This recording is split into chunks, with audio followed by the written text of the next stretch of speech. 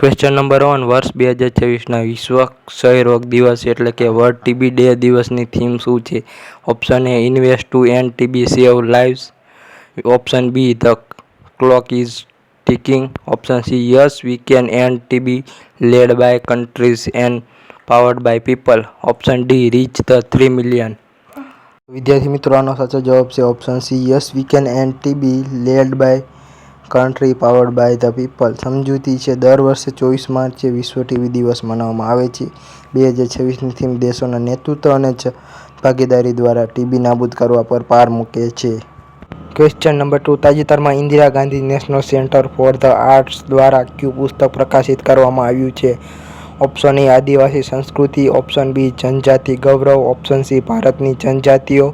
Option D સ્વતંત્રતાના લડવૈયા.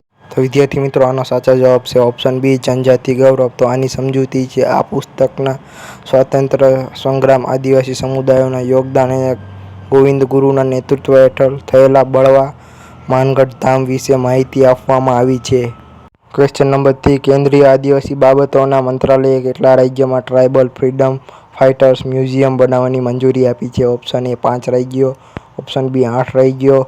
Option C 10 રાજ્યો. Option D 15 રાજ્યો. તો વિદ્યાર્થી મિત્રો, આનો સાચો જવાબ છે ઓપ્શન સી 10 રાજ્યો.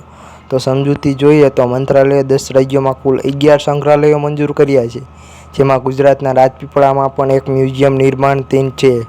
ક્વેશ્ચન નંબર 4 માનગઢ ધામ કયા આદિવાસી નેતા સાથે જોડાયેલું ઐતિહાસિક સ્થળ છે? Option A Birsa Munda. Option B Tantia Bhil. Option C Govind Guru. Option D Rani Gaidinliu. તો વિદ્યાર્થી મિત્રો, આનો સાચો જવાબ છે ગોવિંદ ગુરુ. સમજૂતી જોઈએ તો માનગઢ ધામ ગુજરાતી અને રાજસ્થાનની સરહદે આવેલું છે, જ્યાં ગોવિંદ ગુરુના નેતૃત્વમાં આદિવાસીઓને અંગ્રેજો સામે બલિદાન આપ્યું હતું.